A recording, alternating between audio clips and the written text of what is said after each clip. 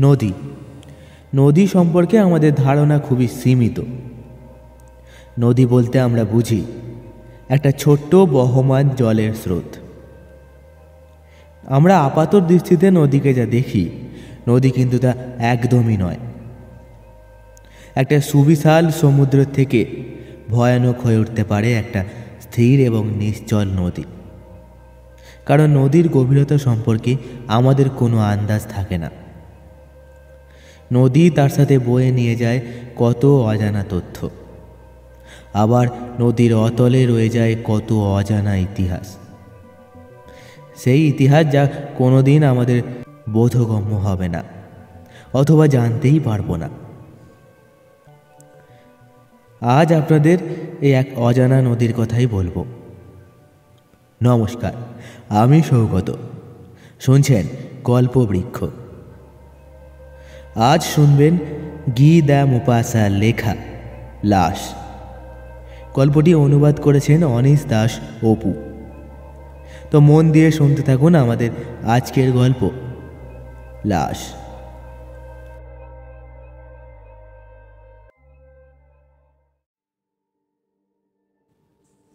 গত গ্রীষ্মে প্যারিস থেকে কয়েক মাইল দূরে সিন নদীর তীরে একটি ছোট বাড়ি ভাড়া করেছিলাম। ওখানে প্রতি রাতে যেতাম ঘুমাতে। কয়েকদিনের মধ্যেই আমার এক পড়শির সঙ্গে বেশ খাতির হয়ে গেল। লোকটির বয়স 30 থেকে 40-এর মধ্যে। এরকম অদ্ভুত মানুষের সঙ্গে আগে কখনো পরিচয় হয়নি আমার। লোকটি দাঁড় বাইতে খুব পছন্দ করত। সবসময় তাকে পানির ধারে কিংবা নদীতে দেখতাম। এই লোকের বোধহয় নৌকার মধ্যেই জন্ম। নৌকাতেই হয়তো একদিন তার মৃত্যু হবে। একদিন সিন নদীর তীরে দুজনে হাঁটছি। লোকটির কাছে নদী সংক্রান্ত অভিজ্ঞতার কথা জানতে চাইলাম। হঠাৎ লোকটি উত্তেজিত হয়ে উঠল। তার চেহারার রং কেমন যেন বদলে গেল।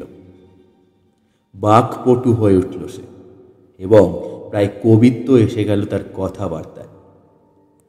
তার বুকের মধ্যে একটি জিনিসই শুধু অনুরণন তোলে, একটি বিষয়ই তার যত আগ্রহ এবং অনুরাগ, তা হলো নদী। বলল সে আমাকে, আমাদের পাশ দিয়ে বয়ে যাওয়া এই নদীকে নিয়ে কত যে স্মৃতি রয়েছে আমার। আপনারা যারা শহরে থাকেন তারা নদীর মাহাত্ম্য বুঝতেই পারবেন না, কিন্তু একজন জেলের কাছে একবার কেবল উচ্চারণ করে দেখুন। তার কাছে নদী বড় রহস্যময়, প্রগাঢ়, অচেনা, কল্পনা এবং মরি চিৎকার এক দেশ, যেখানে রাতের বেলা মানুষ এমন কিছু দেখে যার কোনো অস্তিত্ব নেই, যেখানে লোকে অদ্ভুত সব শব্দ শোনে, যেখানে অকারণেই একজনের শরীরে উঠে যায় কাঁপুনি, যেন গোরস্থানের মধ্য দিয়ে সে হাঁটছে। এবং সত্যি এটি এক ভয়ানক গোরস্থান, যে কবরখানায় কোনো কবর নেই। জেলেদের কাছে জমিন সীমাবদ্ধ, কিন্তু রাতের বেলা অমাবস্যাকালে নদী মনে হয় যেন সীমাহীন। সাগরের প্রতি নাবিকদের কোনো অনুভূতি নেই। সমুদ্র মাঝে মধ্যে বেপরোয়া হয়ে ওঠে, তর্জন গর্জন করে, আবার আপনার সঙ্গে ভদ্র আচরণও করে। কিন্তু নদী নীরব এবং বিশ্বাসঘাতক। এটি কখনো ফিসফিস শব্দ করে না, নিঃশব্দে বয়ে চলে, এবং নিরন্তরেই বয়ে চলা আমাকে সাগরের মতো বড় ঢেউয়ের চেয়েও বেশি আতঙ্কিত করে তোলে। স্বপ্নচারীরা ভান করে সমুদ্র তার বুকে নীল দিগন্তকে লুকিয়ে রাখে, যেখানে ডুবন্ত মানুষ বড় বড় মাছেদের সঙ্গে সামনে পিছনে পাক খায়। কিন্তু নদীর রয়েছে কেবল নিশ্চিম কালো গভীরতা, যেখানে পিচ্ছিল কাদার মধ্যে পচে যায় লাশ। এর সমস্ত সৌন্দর্য ফুটে ওঠে যখন ভোরের সূর্যের আলোয় চিকমিক করে জল, আবার নলখাগড়ার গায়ে বয়ে যাওয়া বাতাসের ফিসফিসানির সঙ্গে তীরে ছলাৎ ছলাৎ করে বাড়ি মারে জল। তবে আপনি আমার স্মৃতি কথা জানতে চেয়েছেন। আপনাকে আমার জীবনের একটি অদ্ভুত অভিজ্ঞতার কথা বলবো, যেটি ঘটেছিল 10 বছর আগে। তখন আমি বাস করতাম, এখনো করি, বুড়ি ল্যাফনের বাড়িতে। আমার ঘনিষ্ঠ এক বন্ধু লুইস পনেট, সে এখন সরকারি চাকরিতে ঢুকেছে বলে নৌকা চালানোর শখ বাদ দিয়েছে। বাস করত গাঁয়ে এখান থেকে 2 ক্রোশ দূরে। আমরা প্রতিদিন একসঙ্গে ডিনার করতাম, কখনো ওর বাড়িতে, আবার কখনো ও আমার বাড়িতে আসতো মেহমান হয়ে। একা রাতে আমি একা একা বাড়ি ফিরছি, বেজায় ক্লান্ত। আমার 12 ফুট লম্বা ভারী নৌকাখানার দাঁড় বাইছি শ্রান্ত দেহে, এটি আমি সাধারণত রাতের বেলাতেই করে থাকি। কয়েক সেকেন্ডের জন্য থেমে গেলাম রেল রোড সেতু থেকে। 100-2 মিটার দূরের ঘন নলখাগড়া ঝোপের ধারে খানিকটা দম নেওয়ার জন্য। চমৎকার সুন্দর রাত, ঝলমলে চাঁদের আলোয় ঝিলমিল করছে নদীর জল। বাতাস শান্ত এবং মৃদু। এমন চমৎকার পরিবেশে মনের সুখে ধূমপান করার মজাটাই আলাদা। আমি নদীতে নোঙর ছুঁড়ে দিলাম পাইপ ধরিয়ে টানবার জন্য। নৌকা স্রোতের সঙ্গে ভেসে চলছিল। নোঙর শাঁ শাঁ করে নিচে নামতে নামতে একসময় দাঁড়িয়ে পড়ল। আমি স্টার্নে ভেড়ার চামড়ার গালিচার ওপর আরাম করে বসলাম। কোথাও কোনো শব্দ নেই, শুধু তীরে ঢেউয়ের বাড়ি খাওয়ার মৃদু ছলাৎ ছলাৎ ছাড়া। ওখানে মানুষ সমান লম্বা নলখাগড়াগুলো অদ্ভুত সব আকৃতি নিয়ে দাঁড়িয়ে আছে, মাঝে মধ্যে দোল খাচ্ছে বাতাসে।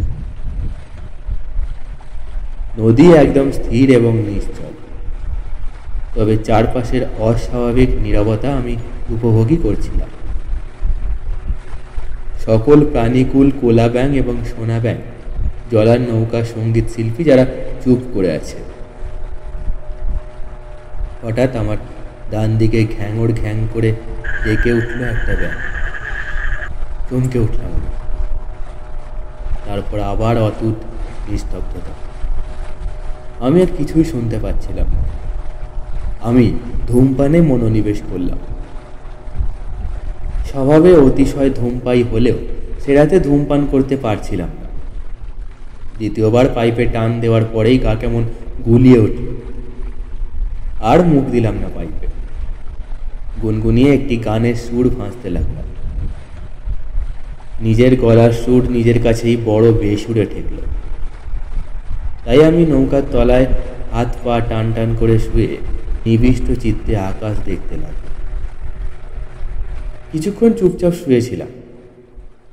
হঠাৎ নৌকাটি দুলতে শুরু করলে অস্বস্তি বোধ হলো। মনে হলো এপাশে ওপাশে ধাক্কা খাচ্ছে। তারপর মনে হলো কোনো অদৃশ্য শক্তি এটাকে টেনে নিয়ে যাচ্ছে জলের তলায়, আবার তুলে ফেলছে ওপর দিকে। আমি যেন ঝড়ের মাঝখানে হুটোপুটি খাচ্ছি।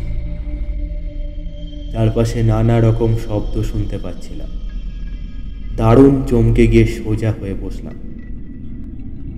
দেখি নদীর জলে রূপলি চাঁদের আলো গলে গলে পড়ছে।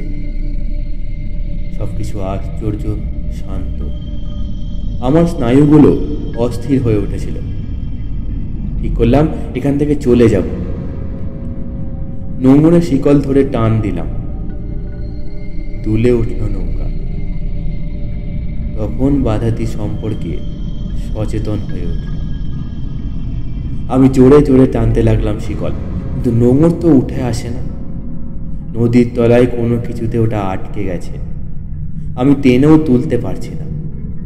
আবার মারলাম টান, বৃথা চেষ্টা। বৈঠা দিয়ে নৌকার মুখ ঘুরিয়ে দিলাম উজানের দিকে, নোঙরে অবস্থান পরিবর্তন করতে, কিন্তু কোনো লাভই হলো না। নোঙর এখনো নদীর তলায় গেঁথে বা আটকে রয়েছে। রাগের চোটে আমি শিকল ধরে সজোরে নাড়া দিলাম। কিছুই ঘটল না।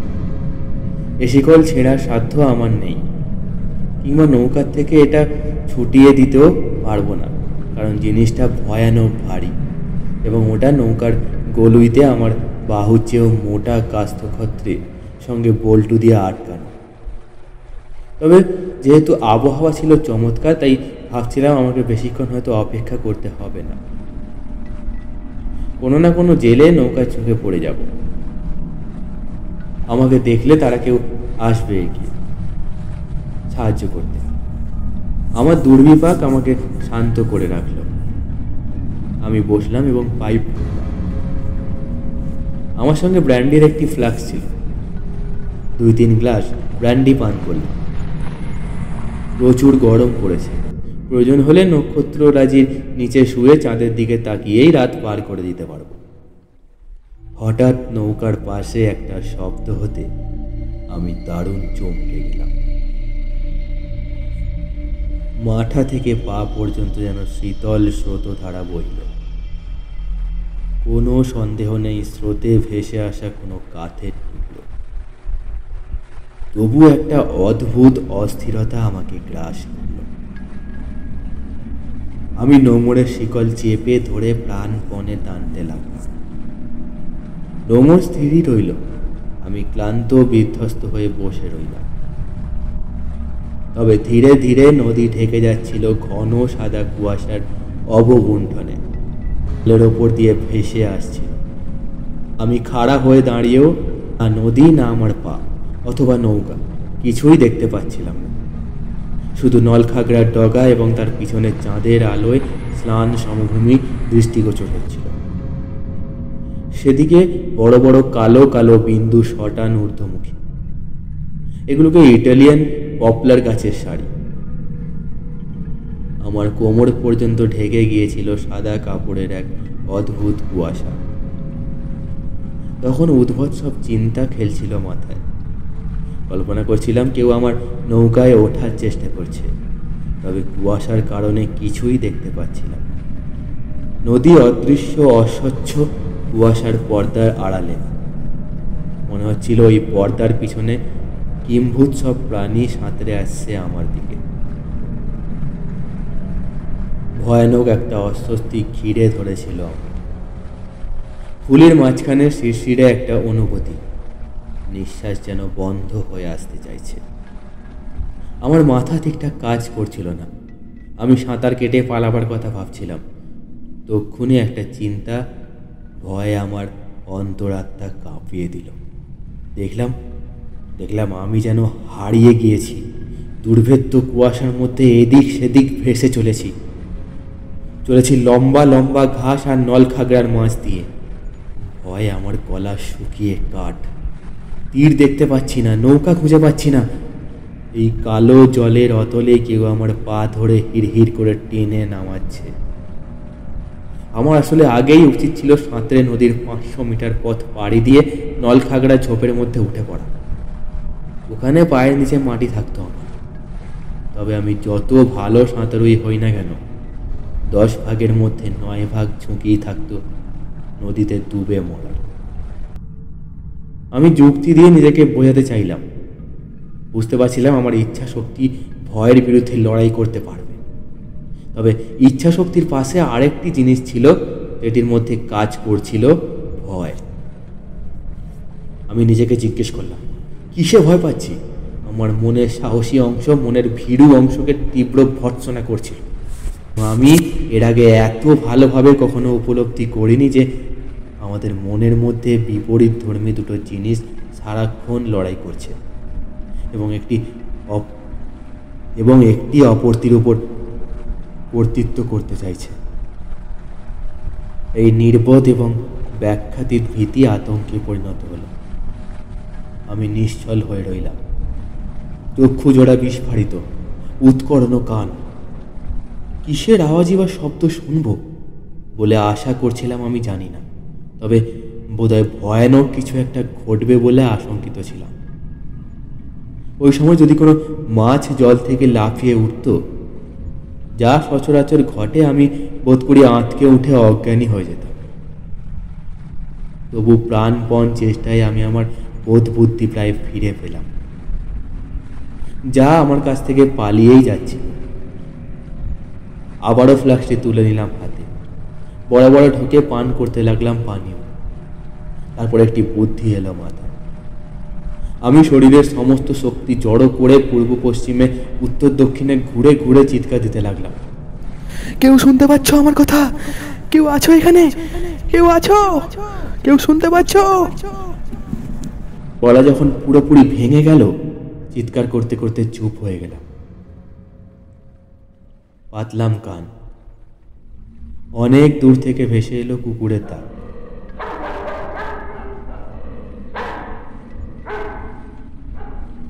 আবার ব্র্যান্ডি পান করলাম এবং নৌকার তলায় শুয়ে পড়লাম পিঠ দিয়ে।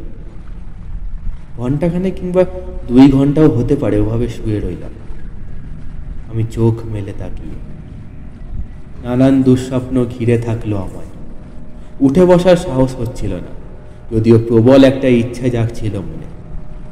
মনে মনে নিজেকে বলছিলাম, ওঠো, উঠে পড়ো, কিন্তু নড়াচড়া করতে বিষম ভয় লাগছিল। অবশেষে অনেক সাবধানে একটা নিঃশব্দে শরীরটাকে টেনে তুললাম আমি। উঁকি দিলাম নৌকার কিনার দিয়ে। অমন অপূর্ব সুন্দর এবং মনোহর দৃশ্য আমি জীবনে দেখিনি। ঘন্টা 2 আগে যে কুয়াশা ভাসছিল জলের ওপর, তা ক্রমে নিজেকে গুটিয়ে নিয়ে নদী তীরে স্তূপ হয়ে জমে গেছে। নদী এখন ঝকঝকে। কুয়াশা নদীর 2 পাশে 6-7 মিটার উচ্চতায় নিচু 2টি পাহাড় তৈরি করেছে। পূর্ণিমার আলোয় মনে হচ্ছিল যেন বরফ পাহাড়। আমার মাথার ওপর নীল দুধ সাদা আকাশে বিশাল জলজলে চাঁদ। জলের প্রাণীগুলো এবার যেন ফিরে পেল প্রাণ। ওলা ব্যাং ঘ্যাং ঘ্যাং করে ডাকতে লাগলো। আমার ডান এবং বাম দিকে ভেসে আসতে লাগলো জলা ব্যাঙেদের কোরাস।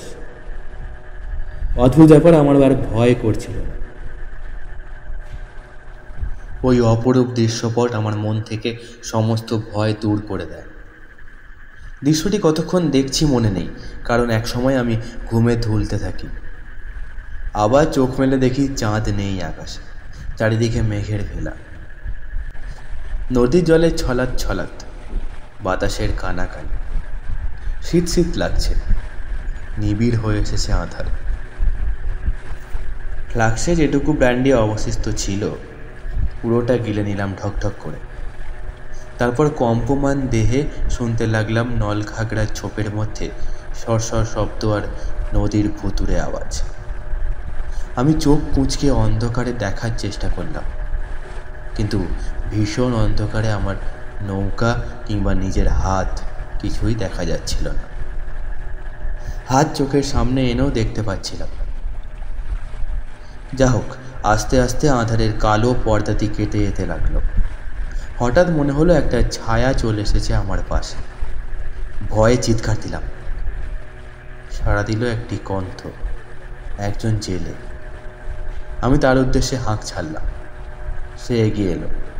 আমার অসহায়ত্বের কথা তাকে জানালাম। সে তার নৌকা নিয়ে এলো আমার নৌকার পাশে। দুজনে মিলে শিকল ধরে টানতে লাগলাম, কিন্তু নোঙর নড়ে না। অবশেষে ফর্সা হলো। ধূসর শীতল বৃষ্টির একটি দিনের আবির্ভাব হলো। এরকম দিন সবসময় দুর্ভাগ্য ডেকে আনে। আমি আর একটি জেলে নৌকা দেখতে পেয়ে ডাক দিলাম। এগিয়ে এলো সে। ওই লোকটিও যোগ দিল আমাদের সঙ্গে। 3 জন মিলে টানতে শুরু করলাম আমার শিকল। একটু একটু করে আত্মসমর্পণ করলো নোঙর। টের পাচ্ছিলাম খুব ভারী কিছু নিয়ে ওটা ওপরে উঠে আসছে। অবশেষে ওটাকে টেনে তুললাম। কালো আবর্জনার একটা পিণ্ড সহ। আর আবর্জনার পিণ্ডটি হলো একটা বৃদ্ধার লাশ, গলায় মস্ত একটা পাথর বাঁধা।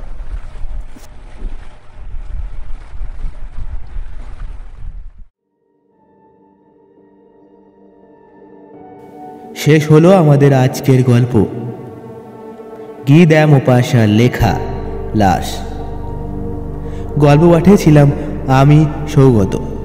গল্পের পোস্টার ডিজাইনে ছিল দেব। গল্পটি ভালো লেগে থাকলে অবশ্যই একটা লাইক করবেন এবং একটি কমেন্ট করতে ভুলবেন না। এরকম নানা গল্প শুনতে পছন্দ করলে চ্যানেলটি সাবস্ক্রাইব করুন। সবশেষে গল্পটি শোনার জন্য অসংখ্য ধন্যবাদ।